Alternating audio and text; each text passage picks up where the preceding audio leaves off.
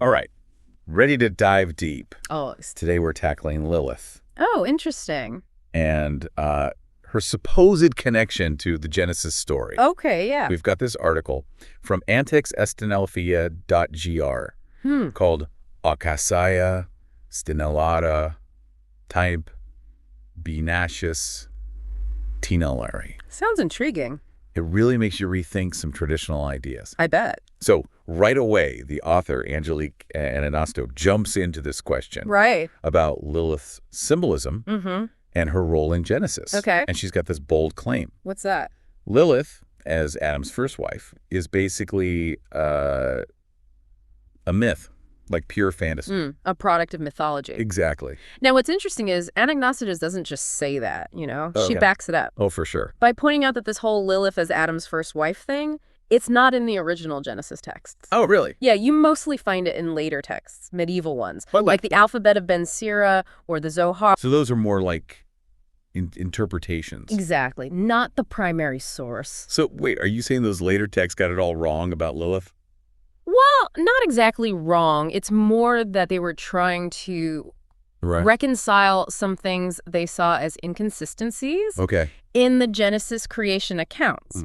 For example, you remember how Genesis chapter 1 says humans were created after animals? Right. But then chapter 2 seems to say they were created before. Yeah, that always seemed a bit off. Right.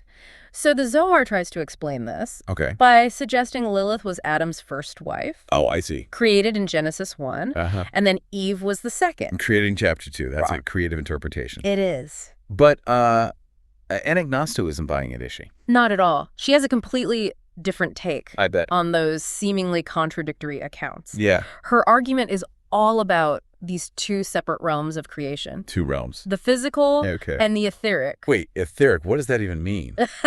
Good point. It's like a subtle spiritual realm Okay. existing alongside the physical world. So what Anagnosto is suggesting is that Genesis 1... The one that puts humans after animals. Exactly. It's describing the physical creation. Okay. The evolution of physical forms. Gotcha. But Genesis 2, where humans appear before animals, Right. that's describing a spiritual creation, the etheric one. Ah, so it's like two different lenses Precise. for understanding creation. Yes. The material and the spiritual. And that explains the order discrepancy Exactly. between the two chapters. From a physical standpoint, you have progression. Right. From simple to complex. But from the etheric standpoint, it's a descent. From a higher form to the material. You got it. So Anagnosto is basically saying we need to consider both of these Yes. to really understand Genesis. Not just a literal reading. Right, right. So about that being created alongside Adam in Genesis 1, Yeah.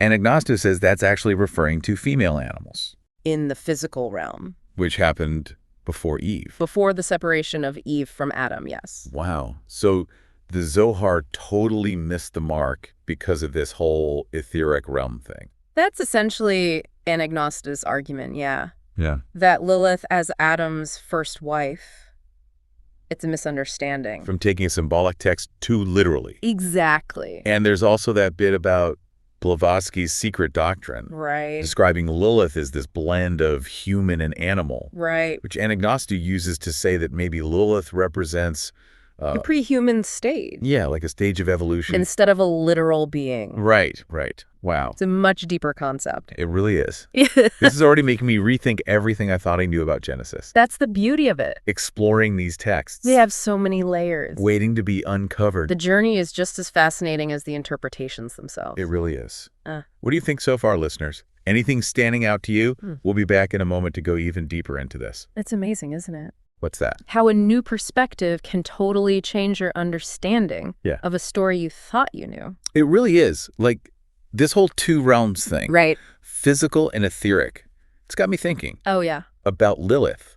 Uh-huh. If we think about her through that lens, Yeah. she's almost like, she embodies this raw, untamed part of nature.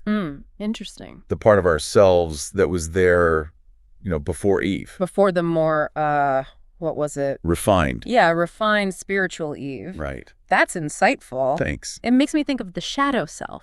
Oh, right. From psychology. In mythology, too. That part we try to hide. Exactly. The darker side. The less acceptable parts. So are we saying Lilith is like a representation of our shadow self? It's a possibility, yeah. I mean, it would explain why she's seen as, well, a demon? In those later interpretations. Instead of embracing her. As part of creation. Right. She's cast out, rejected. Seen as dangerous, evil even. Yeah. It's like those parts of ourselves. The ones we don't want to face. We project them outward. Demonize them. Try to get away from them. Exactly. But what if we didn't fear them? What if we could accept them? As part of us. That's a powerful thought. True wholeness, right. Accepting all the parts. Even the messy ones. The untamed ones. Yeah. Maybe figures like Lilith can be like... guides. Yeah, guides. Or reminders. To help us with that. On that journey. Of self-discovery. And integration. Speaking of bringing things to light... You mean an agnostic's book? Yes. She talks about it in the article. Dos ti amora. Dos el associara. Dos socia. Right? That's the one. It sounds intense. It dives deep into these ideas about Genesis. And Lilith. And the nature of reality. Yeah. But before we go there, remember that thing you said earlier? About misunderstanding. Yeah, stemming from not seeing the different realms. It's like we're stuck on the literal. And miss the deeper meaning. The symbolic meaning. Not just in religious texts either. Right, in life too. We get caught up in the surface. And miss the message underneath. The real truth. Like we're wearing blinders. Only seeing a tiny bit. Of what's really there. It's important to see beyond that. To recognize those different levels. Of meaning. So how do we do that? Well, first, we have to be willing to question. Our assumptions. Yeah, challenge our usual ways of seeing. Be open to other perspectives. Even if they feel strange. Or uncomfortable. Exactly. We need curiosity. A willingness to explore. To ask questions. And be okay with not knowing all the answers. Embrace the mystery. The unknown. Yeah. Trust that there's always more. More to discover. Which brings us back to Lilith. Misunderstood for so long. Demonized. She's become a symbol of so many things. It's about the power of these stories, isn't it? Myths. They resonate with us. Even if we don't know why. Maybe that's the magic. They make us explore. Question. Grapple with the big questions. Find our own meaning. Even if it's different from the usual. That's what I love about this deep dive. Yeah. It's not about the right answer. It's about opening up. To new possibilities. New ways of seeing. The world. Ourselves. Ready for the final part, listeners? We'll leave you with some thoughts to ponder. Stay with us. We've been through a lot, haven't we? We have. This whole deep dive on Lilith. It's amazing what you can learn from, like, one article. It really is. It shows how much depth these old stories have. And the power of, well, interpretation. There's always something new to find. Even in things we think we know. I keep thinking about enigmatic analysis. Oh, yeah. It really makes you reconsider the whole Genesis story. In what way? Like, it's not just some historical account or a bunch of rules to follow. Right. It's deeper than that. It reflects something bigger. About creation. Yeah. Human nature.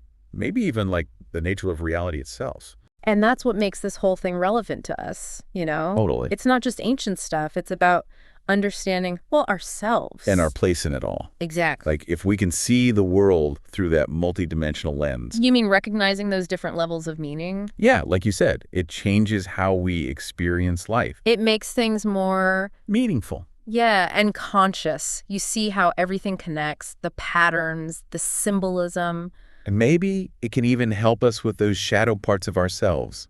Like we talked about. Embracing the whole package, like how Lilith was originally part of creation. That's a nice thought.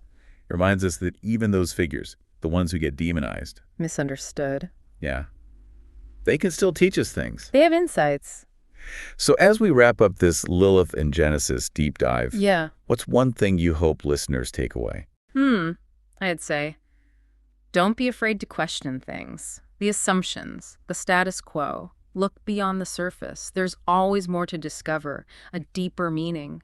Who knows? You might even find a bit of yourself in the most unexpected places. That's a great takeaway. Thanks for taking us through all this. It was my pleasure. And to everyone listening, thanks for joining us. Keep questioning, keep exploring, and keep those minds open. We'll see you next time.